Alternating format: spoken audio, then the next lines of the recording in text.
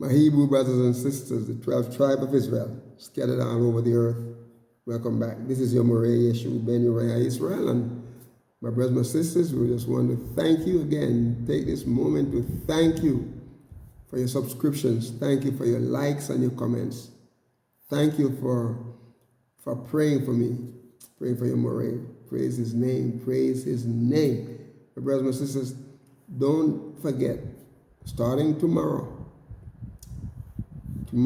at sunset, we are starting, and we'll be having a Passover starting. We start tomorrow. Don't forget that you need to get yourself ready, get your home ready for Passover. As Passover is very, very important. As a matter of fact, I'm going to be talking about that. I'll have a session, dedicated to Passover. And we'll be giving that to you sometime tomorrow. But just remember, anytime you think about Passover, think about who we are, where we are. Think about, that promise was made way back. When I see the blood, I will pass over you. Thank you for the blood of Yahushua. Praise his name for the children of Israel. He said he came not but to the lost sheep of the house of Israel. And we thank him that I am included. Praise his holy name. Praise his holy name. My brothers, my sisters, our family members, they really missed out. They missed out on this. But, we thank Yahuwah for his grace. Thank him. Because right now, my brothers and my sisters, he made it possible. He made it possible for us. He never threw us out. As sinful as our ancestors were, and as sinful as we are, he sees something in us. He made us his very own, his people.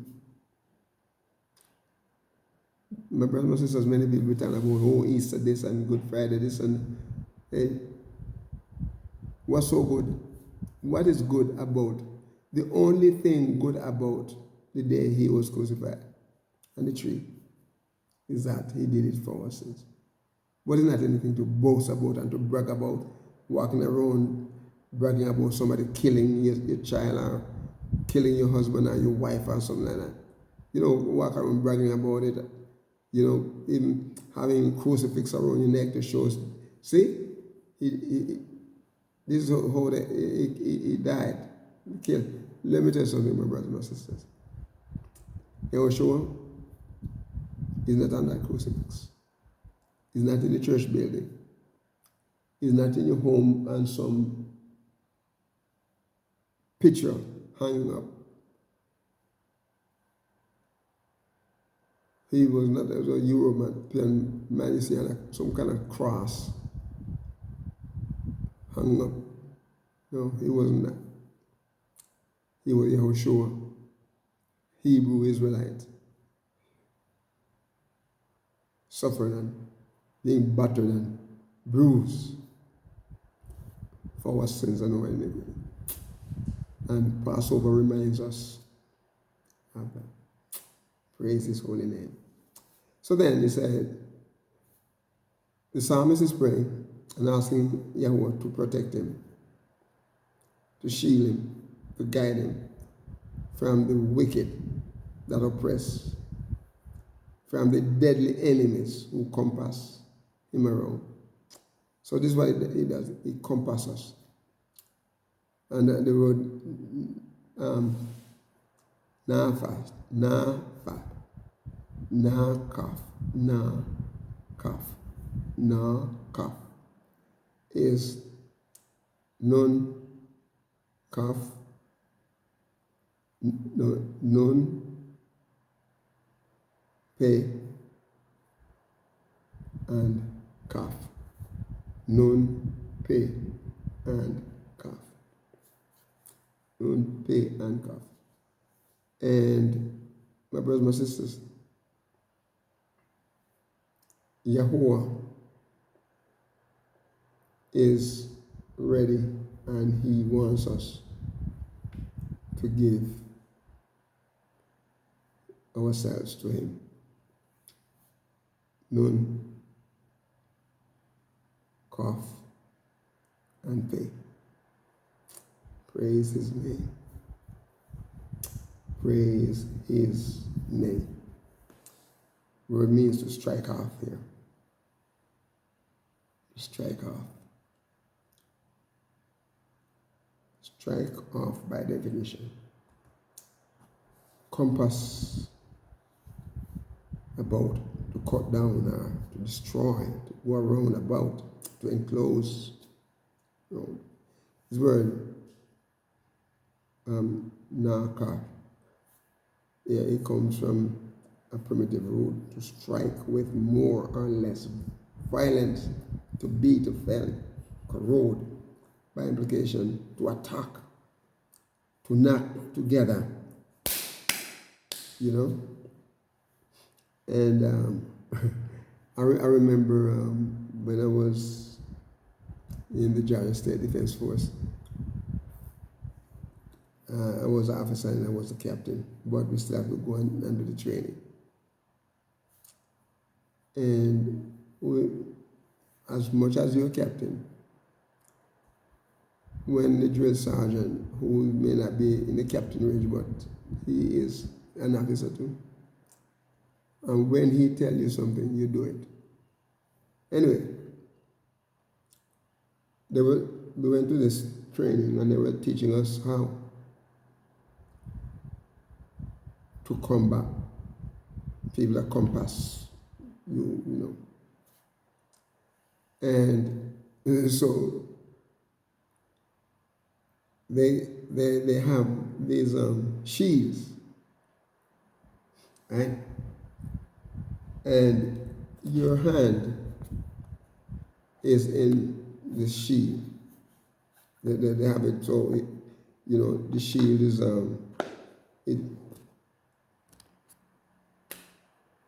you have hand in the shield, so the shield, you know, the hole is a round object.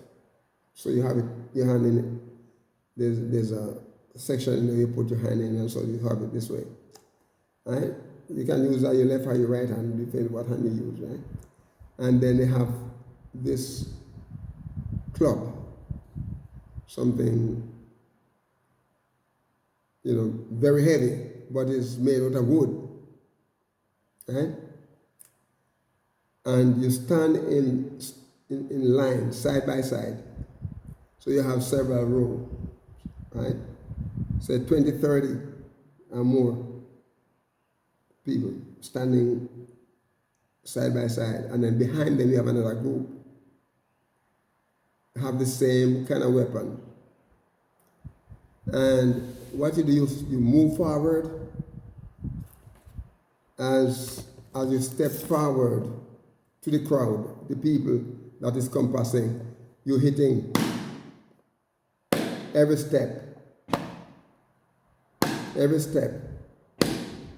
and the noise psychologically, the way the sound of that thing, my brothers and sisters, you do not want to stand before. You don't want to get hit. It's terrifying. Okay? So the deadly enemies, they compass us. The deadly enemies. Satan and his falling angels, his workers of iniquities, and the people that join his band to carry out his work. They compass about, and they want to destroy, and they want to go around about us, they want to enclose us, want to strike us down, you know, want to attack us, want to destroy us. So what they do, they enclose us, my brother. round about in order to harm us. Look in verse 10. They are enclosed in their own fat. With their mouth they speak proudly. Dabar is a word for speak there. Dabar. Dalet, Bet, and Resh. And my brothers and sisters, these are people that speak proud word. They are people that speak, if you understand, swelling words. Word that hurt. You listen to some of these politicians. Listen to them. Listen to some of the word that they speak. And listen to some of the racial talk. Listen to them. And even the people who are crying anti-Semitism, listen to them when they talk. Listen to them when they talk. Some years ago, I was in New York. We were doing a church planning project.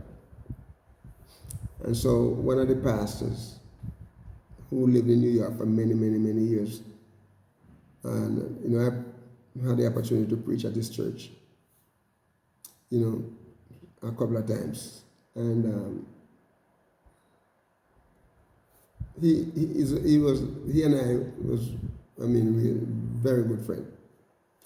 We have not communicated in a while, but living in South Central Florida. And my brothers and sisters, we went over to a place called Springvale, New York. Yeah, this was. And I got a chance to meet the mayor over there, and we do a lot of stuff. There's a mission church there, a mission of Bronx Baptist Church. And I went over there to speak. After that, we wanted to see the neighborhood. We wanted to see what the area was like, and so we went into this neighborhood that was filled with people of the Judaism sect. Guess what? When I saw us passing through on this street, everybody running out from their porch to come, and we could see them coming out in the street to see where we were going to stop. Where we're going to stop.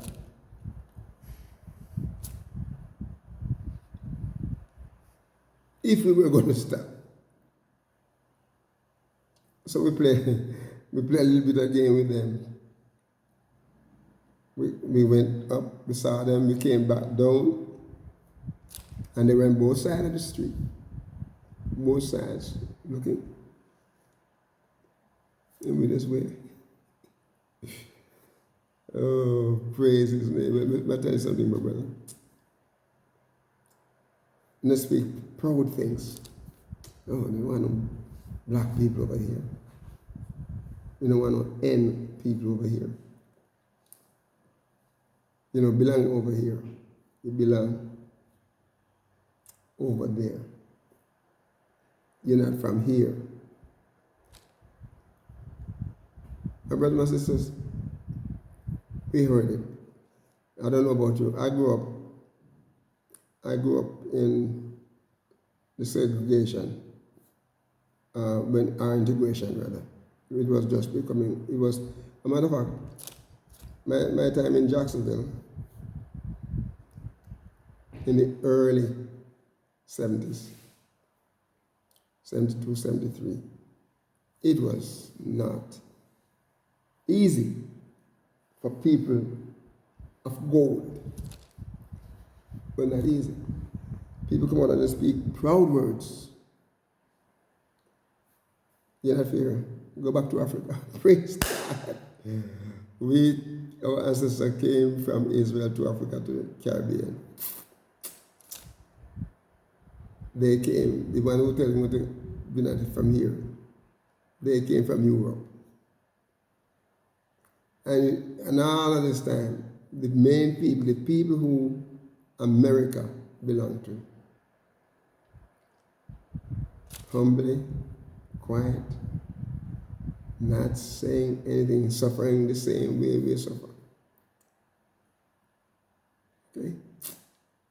People speak proud words. Put up signs, proud words around the water fountain. Do you know that the original train center, where the train comes and park and drop off people, that's what they call it, is a convention center now in Jacksonville. When I went to Jacksonville, it was a train center. It has one fountain over there for colored people and one fountain over there for white people. When they were changing it into a convention center, it was hard. They kept it vacant for quite a while before they make any move because people were just crazy. Do you know that the Hart Bridge in Jacksonville that divides downtown to Arlington proudly placed up there is the man's heart. You know who Hart was? A slave trader, a robber, and his son, both of them were involved in stealing other people's slaves and reselling them and doing a lot of stuff and half slave. And they were thieves and robbers. Proudly, his name is up there on the Hart Bridge. They were talking about taking it down too. None of them did. Matthew Bridge. They're almost close to each other. One goes South Jacksonville, South Side, and one go Arlington. Let me tell you something, my brothers and sisters. Those proud words have a way of coming back to haunt people. Speak proudly. Mouth, they speak proudly. They are enclosed in their fat. With their mouth, they speak proudly. They are enclosed in their fat. They feel secure that nothing going to happen. Today, a lot of people getting in New York City because of one thing that's going to happen. One of the proud speakers is going to be indicted for stuff that his followers been suffering and experiencing. Now he's going to experience it. The word is dabar, to speak. It's an answer to a point, a bid, command. What is the word? Speak, commune, declare, destroy, give. Primitive root. To arrange, what used figuratively of words. To speak really in a destructive sense. Subdue, answer to a point, bid, command, commune, declare, destroy, give, name, promise, pronounce, rehearse, to say, to speak, be a spokesman, subdue, talk, teach, tell, think, use entreaties, to utter, well work. So my brothers, my sisters, we're going to stop here, and we're going to ask you to be a blessing to someone today and walk with the King. Shalom.